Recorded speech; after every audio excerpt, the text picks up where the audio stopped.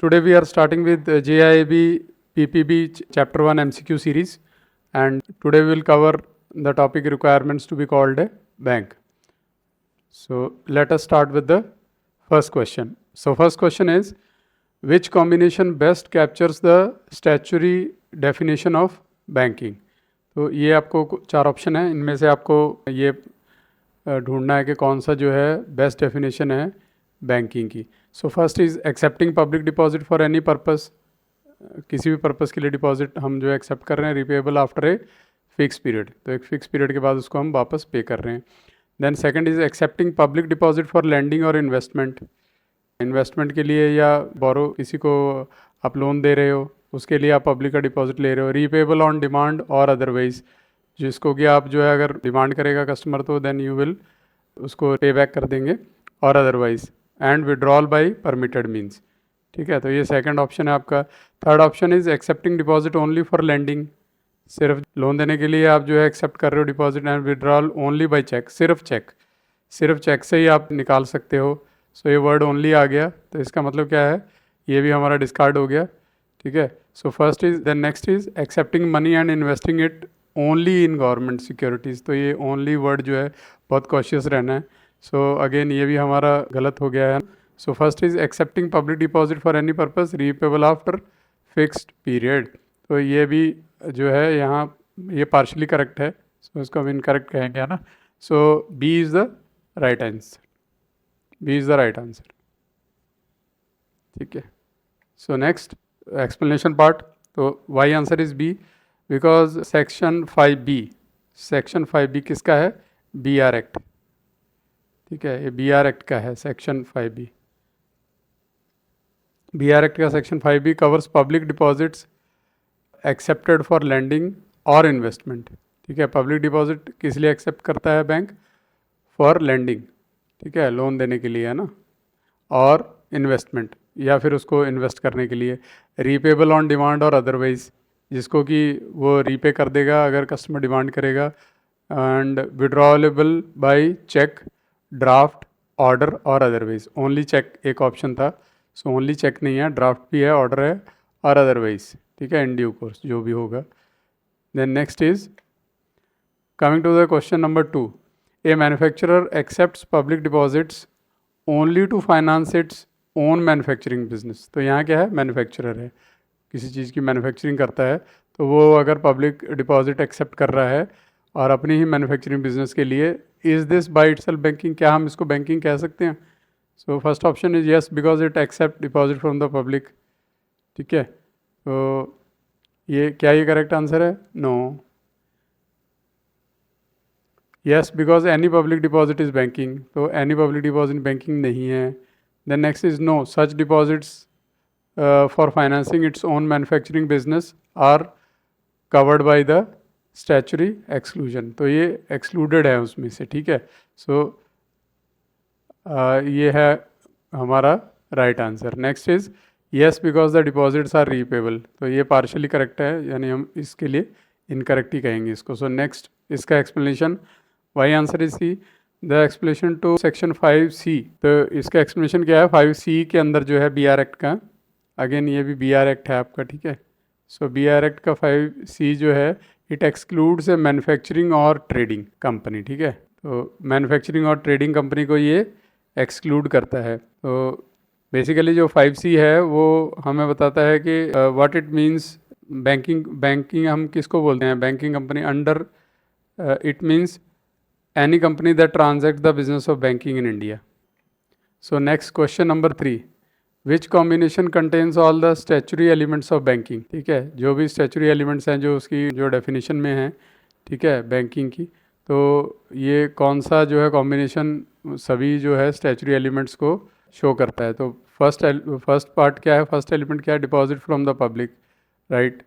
ठीक है, डिपॉजिट लेता है बैंक जो है ना, बैंकिंग में हम डिपॉजिट लेते हैं. फॉर लैंडिंग और इन्वेस्टमेंट, ठीक है, लैंडिंग और इन्वेस्टमेंट भी करते हैं. रीपेबल ऑन डिमांड और अदरवाइज, यस ये भी करेक्ट है. Withdrawable by cheque, draft, order और अदरवाइज, ये भी करेक्ट है. So that means C is correct. ठीक है, so all four characteristics form part of the statutory definition under section 5B। तो बैंकिंग की डेफिनेशन में आते हैं, ठीक है। So all, that is why answer C is correct. So next, coming to question number 4, which statement correctly distinguishes banking from merely accepting money.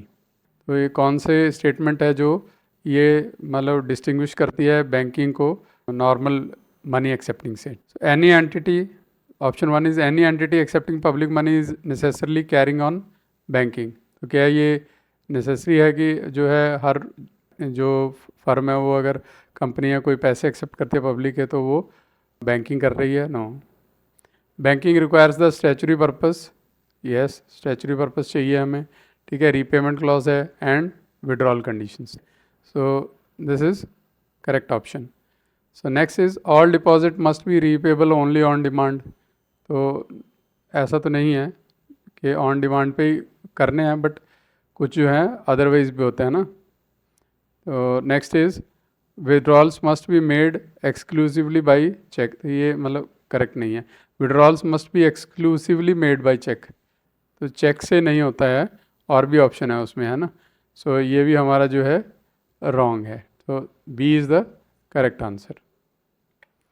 So banking is more than accepting money, सिर्फ पैसे accept करना ही banking नहीं है। तो section B specifies BR act. BR act हमेशा याद रखना है, ये BR एक्ट का है, BR एक्ट का section 5B। It specifies the purpose of deposit and the condition for repayment, ठीक है। पर्पस है पहला, क्या है पर्पस ऑफ डिपॉजिट, क्या है, then condition for repayment and withdrawal. तो ये सारी चीज़ें इंक्लूडेड हैं इसमें, ठीक है, सेक्शन 5B में। So next question number 5, a trading company accepts public deposit only to finance its own business. Again पहले मैन्युफैक्चरिंग कंपनी की बात की थी, अब यहाँ ट्रेडिंग कंपनी है, ठीक है। तो ट्रेडिंग कंपनी क्या है, वो पब्लिक डिपॉजिट एक्सेप्ट कर ली है only to finance its own, अपने बिजनेस को फाइनेंस करने के लिए। What is the appropriate conclusion. तो इससे आप कौन सा जो है सही कंक्लूजन क्या है इसका। It is banking because deposits are repayable. तो रीपेबल हैं, तो ऐसा नहीं है, ठीक है। So this is not the right conclusion. It is banking because the deposits are from public, ठीक है। तो ये ऑटोमेटिकली ऐसा नहीं है कि वो जो है हम इसको एक बैंकिंग कंपनी के उसमें ले आएँ कि अगर वो से डिपॉजिट कर रही है public. It is not deemed to transact banking merely because it accepts deposit to finance its own trading business, ठीक है। तो ये हमारा जो है ये करेक्ट आंसर है कि हम इसीलिए उसको जो है एक ट्रेडिंग कंपनी को बिजनेस ट्रांजैक्शन नहीं मान सकते या एक बैंकिंग कंपनी नहीं मान सकते अगर वो मियरली डिपॉजिट जो है एक्सेप्ट कर रही है अपने खुद के बिजनेस को फाइनेंस करने के लिए। So it becomes a banking company withdrawals are by cheque. So ये भी पार्शियली करेक्ट है, तो ये इनकरेक्ट ही है, ठीक है। So correct answer is C. So why answer is C. The explanation to section 5C specifically excludes a trading or manufacturing company, ठीक है। So section 5C of BR Act, तो ये specifically exclude करता है किसको, ट्रेडिंग और manufacturing company को। क्या एक्सक्लूड करता है, accepting public deposits merely to finance its own business, ठीक है। अगर वो पब्लिक डिपॉजिट एक्सेप्ट कर रही हैं ट्रेडिंग और मैन्युफैक्चरिंग कंपनी तो ये एक्सक्लूडेड होते हैं बैंकिंग में से, ठीक है। So it is not called as a banking company. Under the banking regulation act BR act 1949, what is a banking company. तो ये घुमा फिरा के वही क्वेश्चन पूछा है, तो इसी तरह से क्वेश्चन पूछे जाते हैं एग्ज़ाम में। इसमें पूछ रहे हैं कि बैंकिंग कंपनी क्या है as per BR act 1949। Any company accepting public deposit regardless of purpose, कि पैसे ले रही है कोई भी कंपनी पब्लिक से डिपॉजिट ले रही है विदाउट एनी मतलब कुछ भी पर्पस के लिए ले रही है। तो second option is a company that transacts the business of banking in India, या फिर वो इसको हम बैंकिंग कंपनी कहेंगे अगर वो बिजनेस जो है बैंकिंग का बिजनेस जो है उसमें ट्रांजेक्शन्स कर रही है, ठीक है। So first one is obviously it is not correct. Second is I think correct answer. And next is a company whose main business is investing in securities, तो ये कोई ज़रूरी नहीं है कि वो बैंकिंग कंपनी हो, ठीक है। A company that provide secured loans to public, तो ऐसा नहीं है कि जो है बैंक के अलावा भी बहुत से इंस्टीट्यूशन हैं जो नॉन बैंकिंग कंपनीज भी हैं जो वो भी जो है इस तरह के एडवांस जो है पब्लिक को देती हैं। तो I think B is the correct answer. So why answer is B?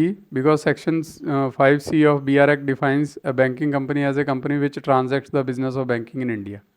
ठीक है, तो ये डेफिनेशन है 5C, सेक्शन 5C जो है डिफाइन करते हैं कि जो बैंकिंग कंपनी कौन सी है, वो कंपनी है जो बैंकिंग के बिजनेस में ट्रांजैक्ट करती है भारत के अंदर. ठीक है. So question number 7. A company accepts public deposit for lending. They are repayable on demand and withdrawable by check, draft, order or otherwise. Which conclusion is correct? तो ये कंपनी है जो पब्लिक से डिपॉजिट ले रही है और उसको लेंड कर रही है. ठीक है. They are repayable on demand. Demand अगर डिमांड करेगा कस्टमर तो वो उसको रीपे भी कर देगी, है ना. एंड उसको या फिर कस्टमर जो है चेक, ड्राफ्ट या ऑर्डर से जो है और अदरवाइज, ठीक है, और इन ड्यू कोर्स जो है उसको निकाल सकता है ऑन मेच्योरिटी, है ना. Which conclusion is correct? So first is it satisfy the essential characteristics of banking subject to other regulatory requirements. ठीक है. तो ये एसेंशियल कैरेक्टरिस्टिक डेफिनेशन जो है हमने 5B में, ठीक है, section 5B of BR act में हमने देखा है. तो ये ऑलमोस्ट जो है उसको कवर कर रही है. So subject to other regulatory, तो और भी रेगुलेटरी रिक्वायरमेंट्स होते हैं. ऐसा नहीं है कि जो डेफिनेशन के अंदर आ गई तो ये जो है एक बैंकिंग कंपनी है. तो डिफाइन किया है बैंकिंग कंपनी को, बट और भी रेगुलेटरी रिक्वायरमेंट्स को फॉलो करना होता है. तो I think this is the correct one. So next, it is not banking because deposit must only for investment. सिर्फ इन्वेस्टमेंट के लिए होना चाहिए, तो नहीं, ऐसा नहीं है. बैंकिंग कंपनी ऐसा नहीं करती है. It is not banking unless withdrawal by cheque. Withdrawal are only by cheque, है ना. तो ये भी करेक्ट नहीं है. It is automatically a banking company, तो ऑटोमेटिकली नहीं हो जाती कोई भी company banking company. So here A is the right answer. So इसका एक्सप्लेनेशन क्या है क्वेश्चन 7 का? सो आंसर ए ही क्यों लिया है? The fact satisfy the principal elements of section 5B. Section 5B के जो प्रिंसिपल एलिमेंट्स हैं उसको जो है ए जो है, आंसर ए जो है वो सेटिस्फाई कर रहा है. However, banking should not be confused with automatically satisfying every regulatory requirements for banking company. ठीक है. तो बैंकिंग कंपनी अगर बैंकिंग को हम इस चीज़ के साथ भी कंफ्यूज नहीं कर सकते कि जो है अगर कोई इन चीज़ों को ऑटोमेटिकली सेटिस्फाई कर रहा है जो है एवरी रेगुलेटरी रिक्वायरमेंट, तो वो बैंकिंग कंपनी हो जाता है. ठीक है. Now coming to question number 8. Which statements correctly reflect the statutory definition of banking? तो ये मतलब वही क्वेश्चन है, उसको थोड़ा घुमा के पूछा गया है. तो कौन सी स्टेटमेंट है जो करेक्टली रिफ्लेक्ट करती है statutory definition of banking?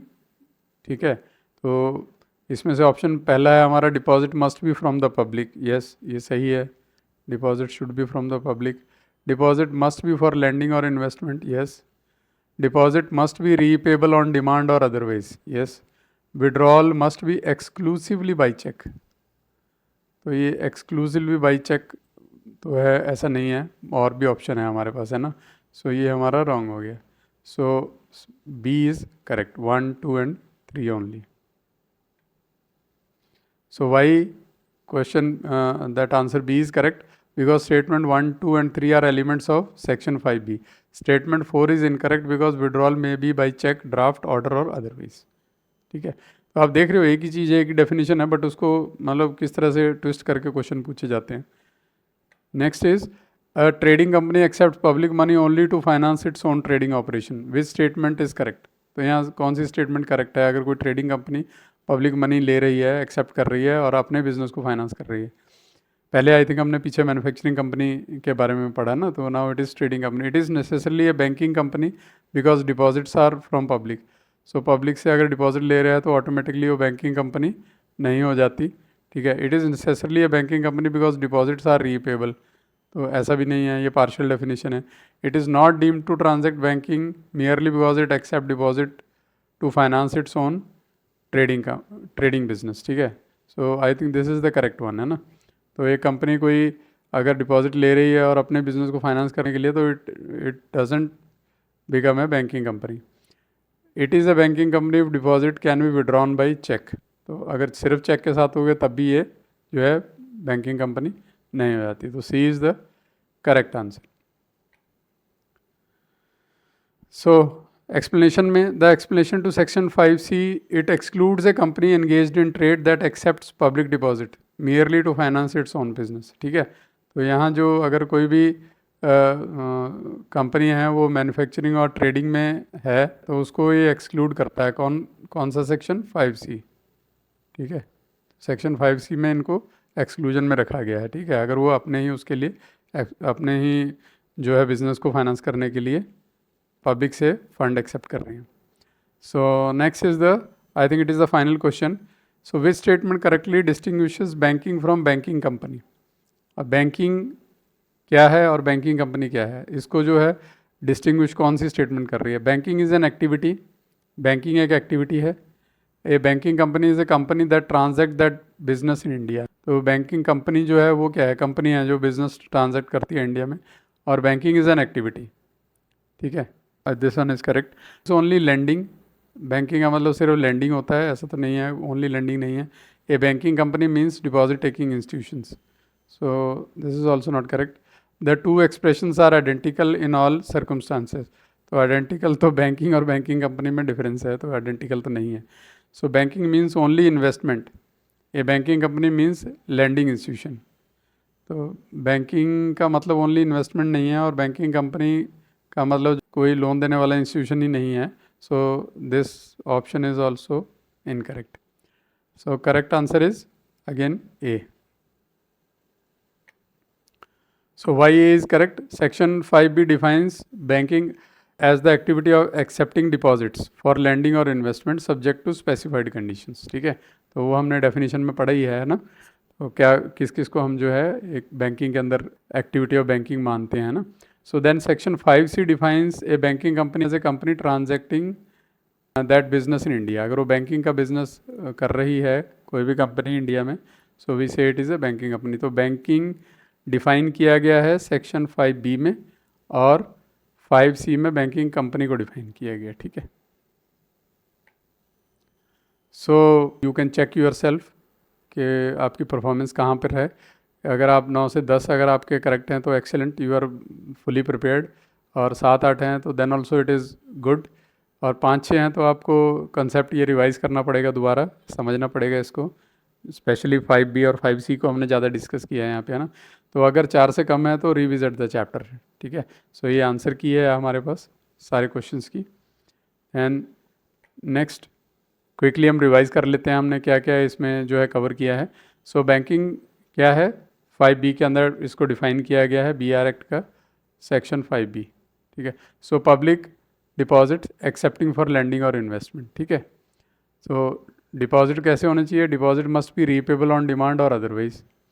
And next ये विड्रॉल हो जाने चाहिए किससे, चेक से, ड्राफ्ट से, ऑन ऑर्डर और अदरवाइज, ठीक है।